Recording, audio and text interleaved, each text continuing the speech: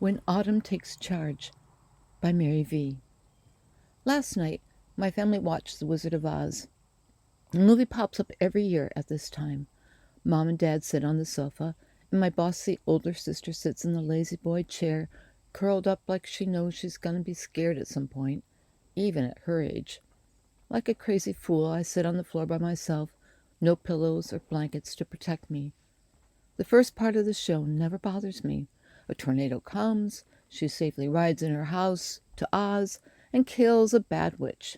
Meh, I prop my head on my chin and sing with the songs. It's knowing the monkeys will come that causes me a fright. A ball of terror avalanches in the pit of my stomach. How can a tough person like me be scared of monkeys? I have no earthly idea. All I know is the second the Wicked Witch of the West looks in her glass and sends the monkeys after Dorothy, I bury my eyes.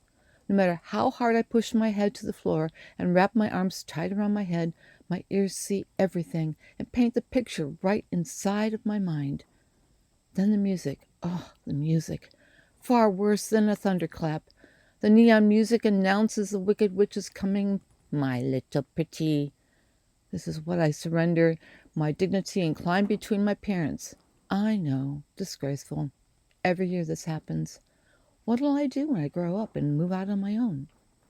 This morning, I'll ride my bike on the long country dirt road toward Aunt Gertie and Uncle George's house. I sure need a heap of cheering up after the monkey dream last night. I never used to pay attention to weather signs before helping on Aunt Gertie and Uncle George's farm. They say the good Lord uses weather to make healthy crops, prune weak branches. Even the wild storms play a role in growing food. Ever since then, I watch the sky while riding my bike to their place.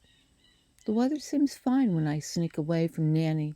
Only a few puffy clouds hang in the sky like Christmas ornaments. Everything to the east is a baby boy blue.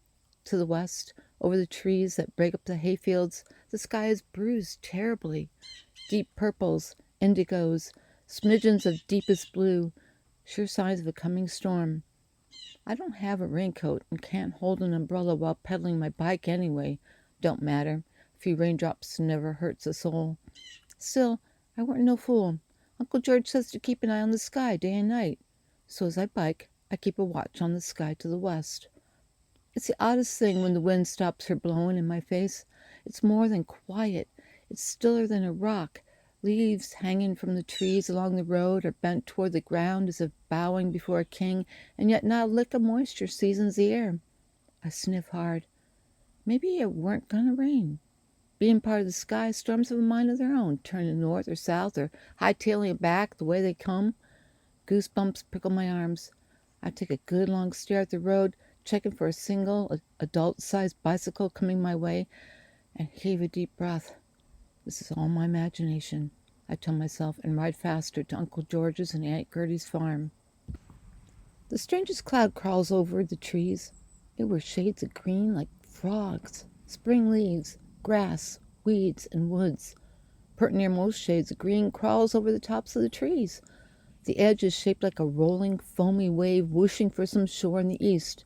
It moves as slow as Aunt Gertie's Jersey cow when she don't want to do what she were told.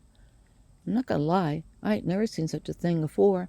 My bike steers mostly straight on the road, jiggling and jarring on the biggest stones while my feet crank the pedals faster than a scared rabbit running for its life.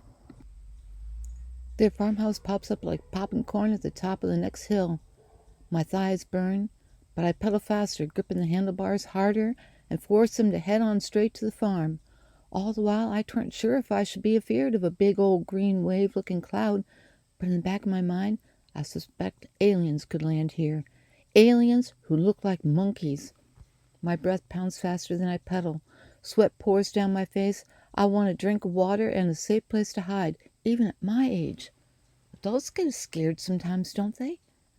I ride my bike on into the farm's front yard, leap off, and let it flop to the ground.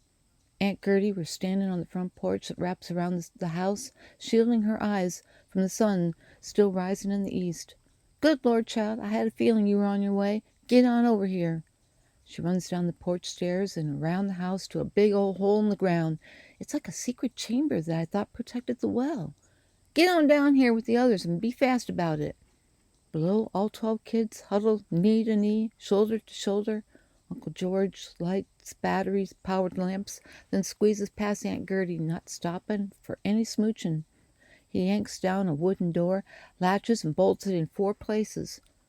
We're sure blessed, young'uns. Not every farm is high enough from the water table to have a storm cellar.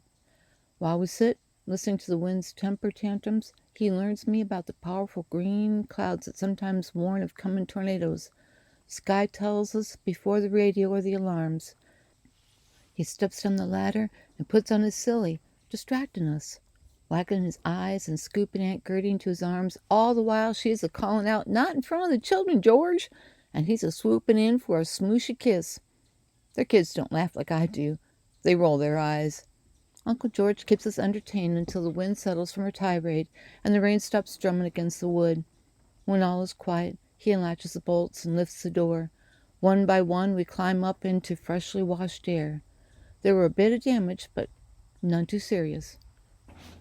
"You best call your folks and tell them you're safe," says Aunt Gertie. She takes me to the phone and dials Mom's work. "Mom, I'm at Aunt Gertie's and Uncle George's." I swallow. "The monkeys couldn't find me." I smile. "Yeah, I'm safe." This is Mary V. reading When Autumn Takes Charge.